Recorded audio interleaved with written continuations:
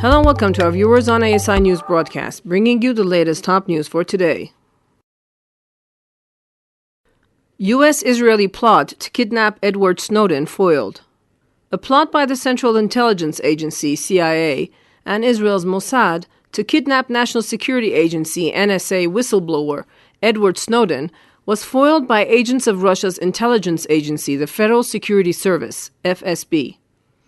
The plan was to abduct Snowden in Moscow, where he was hiding out, and spirit him across the Russian border to Turkey, a North Atlantic Treaty Organization member, where a plane would be waiting to transport him for interrogation to Diego Garcia, the Indian Ocean military base, where terrorism suspects have been held secretly in recent years. According to an FSB officer who agreed to speak to this writer off the record to protect his identity, the plot unraveled at the start of October 2013, 2 months after Snowden had been granted a temporary Russian asylum permit.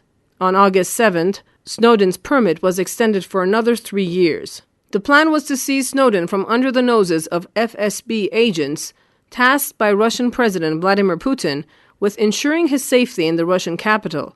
The collapse of the enterprise, after only 6 weeks of planning, led to heated exchanges between Moscow, Washington, and Tel Aviv, with threats of retaliation from Russia. At first, the CIA sought Israel's help to kidnap Snowden, making it clear Israel owed the agency. For years, Langley and the NSA have shared massive amounts of intelligence with Mossad. The NSA in particular had, at Israel's request, been wiretapping the phones and monitoring all other communications between Palestinians in Gaza and the West Bank, and their relatives, friends, and supporters in the United States. The NSA had also undertaken other intelligence gathering exercises at Israel's prompting. In order to pull off their scheme, the CIA had decided to outfit with the best operatives in Moscow with sleeper agents within the FSB was Mossad. The British, according to an intelligence source in London, were also approached for help but dismissed the project as foolhardy. Nevertheless, the CIA was determined to go ahead. According to the FSB source, however, Russia's intelligence agency uncovered the covert plan before CIA and Mossad agents were able to carry it out. Russian officials immediately contacted Washington and Tel Aviv to inform them that their operatives had been discovered, and in order to avoid embarrassment, they should leave Moscow before they were arrested, and the Kremlin made the plot into an international incident.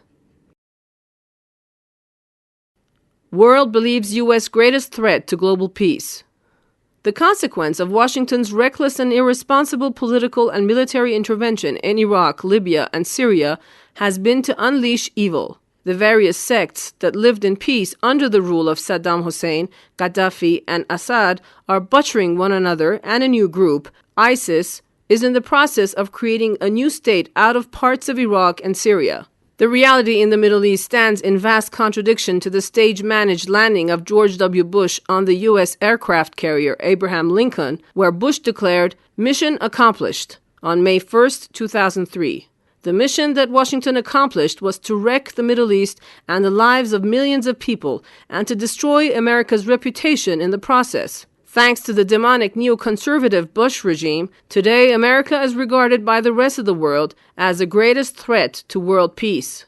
The Clinton regime's attack on Serbia in 1998 set the pattern. Bush upped the ante with Washington's naked aggression against Afghanistan, which Washington clothed in Orwellian language, Operation Enduring Freedom. Washington brought ruin, not freedom, to Afghanistan. After 13 years of blowing up the country, Washington is now withdrawing, the superpower having been defeated by a few thousand lightly armed Taliban, but leaving a wasteland behind for which Washington will accept no responsibility. Another source of endless Middle East turmoil is Israel, whose theft of Palestine is Washington-enabled. In the middle of Israel's latest attack on civilians in Gaza, the U.S. Congress passed resolutions in support of Israel's war crimes and voted hundreds of millions of dollars to pay for Israel's ammunition.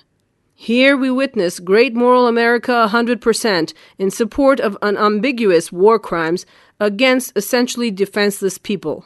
When Israel murders women and children, Washington calls it, quote, Israel's right to defend their own country, end quote. a country that Israel stole from Palestinians. But when Palestinians retaliate, Washington calls it, quote, terrorism. By supporting Israel, declared to be a terrorist state by a few moral governments that still exist, and accused of war crimes by the UN General Secretary, Washington is in violation of its own laws against supporting terrorist states. Thanks for watching. Those were the latest top news brought to you from the American Studies Institute from Tehran. You can also check our website at www.asipress.us.